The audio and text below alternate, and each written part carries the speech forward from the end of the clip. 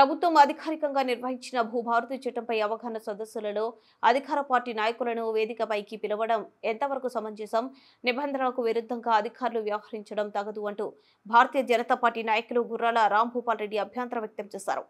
నాగర్ కర్నూలు జిల్లా కల్వకుర్తి పట్టణంలో నిర్వహించిన భూభారతి పోర్టల్పై అడిషనల్ కలెక్టర్ ఆధ్వర్యంలో నిర్వహించిన సమావేశానికి వేదికపైకి ఎలాంటి పదవులలో లేని వారిని ఆహ్వానించడం సరికాదని కొద్దిసేపు బీజేపీ నాయకులు అధికారులను నిలదీశారు.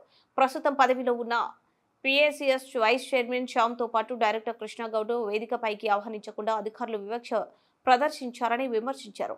ఈ కార్యక్రమంలో బీజేపీ నాయకులు మొగలి దుర్గప్రసాద్, బండెల రామచంద్రారెడ్డి, శేఖర్ రెడ్డి, గంగాధర్చారి, సురేంద్ర గౌడ్ తదితరులు ఉన్నారు.